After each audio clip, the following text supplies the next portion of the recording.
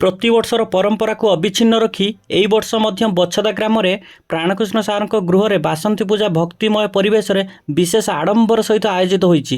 ଏହି ପବିତ୍ର ଅବସରରେ ଗ୍ରାମବାସୀଙ୍କର ଅତ୍ୟନ୍ତ ଉତ୍ସାହ ଓ ଆନନ୍ଦ ଦେଖିବାକୁ ମିଳିଥାଏ, ଯାହା ପରମ୍ପରା ଓ ଆଧ୍ୟାତ୍ମିକର ଏକ ସୁନ୍ଦର ସମନ୍ୱୟକୁ ପ୍ରକାଶ କରେ। ବସନ୍ତ ପବନର ସୁଗନ୍ଧରେ ଭରିଥିବା ପ୍ରଭାତେ ପରିବାରବର୍ଗ ତଥା ଭକ୍ତଜନମାନେ ଶ୍ରଦ୍ଧା ଓ ଭକ୍ତିର ସମ୍ମିଳିତ ସ୍ପନ୍ଦନରେ ଘରର ନିକଟବର୍ତ୍ତୀ କାଂସବାଂସ ନଦୀ ତୀରକୁ ପ୍ରସ୍ଥାନ କରନ୍ତି। ହାତରେ ପବିତ୍ର କଳସୀ, ମନରେ ମା ବାସନ୍ତୀଙ୍କ ପ୍ରତି ଅପାର ଆସ୍ଥା ଏହି ଦୃଶ୍ୟ ଭକ୍ତିର ଏକ ଅଦ୍ଭୁତ ଚିତ୍ର ତିଆରି କରେ। ବସନ୍ତର ସୁସ୍ନିଗ୍ଧ ପ୍ରଭାତେ ଯେତେବେଳେ ପରିବେଶ ଭକ୍ତିର ଗାମ୍ଭୀର୍ଯ୍ୟରେ ମଣ୍ଡିତ, ସେତେବେଳେ ବ୍ରାହ୍ମଣମାନେ ଯଜ୍ଞକୁଣ୍ଡ ସମ୍ମୁଖେ ବସି ପବିତ୍ର ହୋମ କାର୍ଯ୍ୟର ଆରମ୍ଭ କରନ୍ତି। କାଠର ସୁଗନ୍ଧ ଓ ଘିଅର ପବିତ୍ର ଧାରା ଯେତେବେଳେ ଅଗ୍ନିରେ ଅର୍ପିତ ହୁଏ, ତେବେ ଜ୍ୱଳନ୍ତ ଶିଖମାଳା ଦିବ୍ୟ ତେଜରେ ଦୀପ୍ତିମାନ ହୋଇ ଉଠେ। ମନ୍ତ୍ର ଉଚ୍ଚାରଣର ଗମ୍ଭୀର ଧ୍ୱନି ଓ ଅଗ୍ନିର ଲହରୀ ମିଶି ଏକ ଆତ୍ମିକ ପରିବେଶ ସୃଷ୍ଟି କରେ।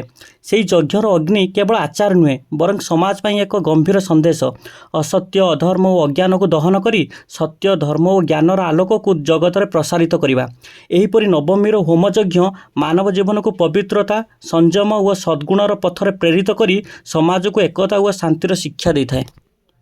ପୂଜାର ସମାପନ ମୁହୂର୍ତ୍ତରେ ଭକ୍ତଜନମାନେ ମା ବାସନ୍ତୀଙ୍କ ଚରଣେ ବିଭିନ୍ନ ପ୍ରକାର ଫଳମୂଳ, ପୁରୀ, ସୁଜି, କ୍ଷୀରି, ଲଡ଼ୁ ଓ ପବିତ୍ର ଭୋଗ ଅର୍ପଣ କରନ୍ତି।